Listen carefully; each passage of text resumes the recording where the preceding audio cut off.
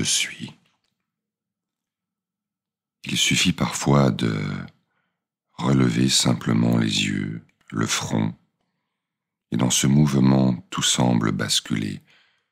L'instant sur lequel la vie s'appuyait soudain, ouvert par le fond, et prenant le vent de toutes parts, on crie, on cherche, on appelle, et toujours le monde étrangement muet, complice de toutes les absences. C'est la vieille béance, le manque insatiable qui dévore les visages, plus fugaces que les ailes de l'éphéméride.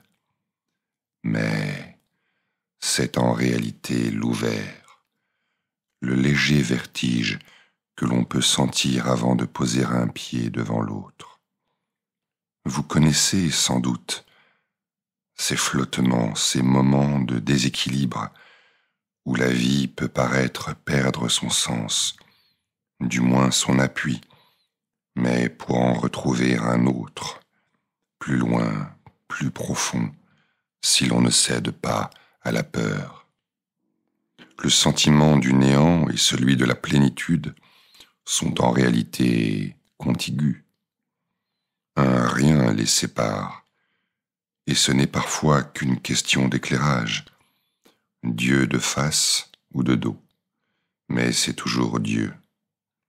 Un souffle qui nous visite et nous éveille à l'être que nous sommes et que nous oublions, que nous tenons à distance et qui remonte en force sous les espèces de l'inquiétude, du néant, de l'angoisse souvent, ou au contraire de l'immense et tranquille dilatation du cœur, quand nous savons accueillir avec bonheur cette irruption du plus grand que soi.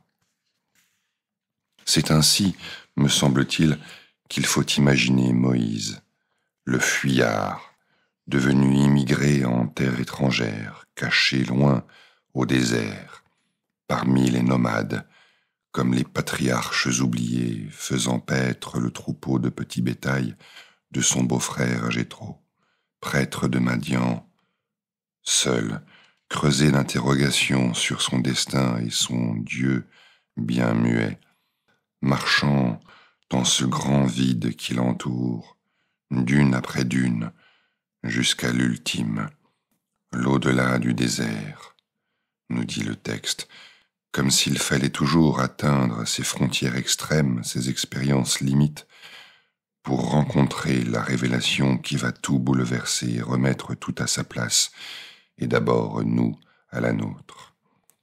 Toujours précédé d'un léger tangage, préparé par un dépouillement intérieur qui va permettre le creux de l'accueil, de la réceptivité, sans laquelle nous passons, glissons, avec cette distraction déconcertante qui nous caractérise. Ainsi en est-il de l'abîme de l'expérience intérieure qui s'ouvre et se referme comme un diaphragme photographique selon l'intensité de la lumière. D'un champ plus ou moins large, selon les personnes, on s'en approche toujours avec appréhension, crainte et tremblement. Le silence de l'intériorité fait peur, et plus encore sa vastitude, sans bord, bien délimitée.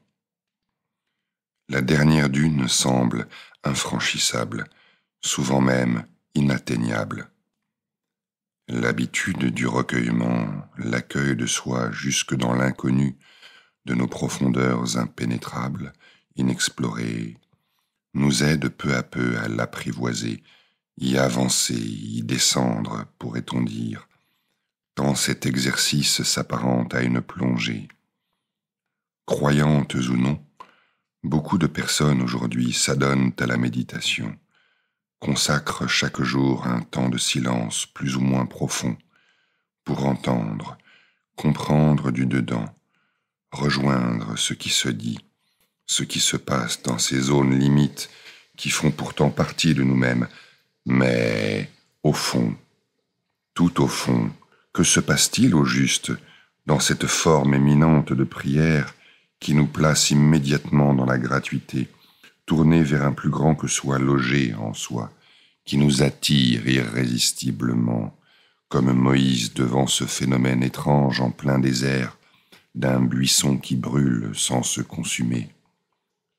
Plus exactement, qu'est-ce qui se joue de nous et du monde dans le silence du centrement, du souverain recueillement, quand la conscience descend lentement à l'intérieur de soi, un soi qui n'est plus vraiment soi, mais une présence d'être, un présent, une attention à l'être que nous sommes.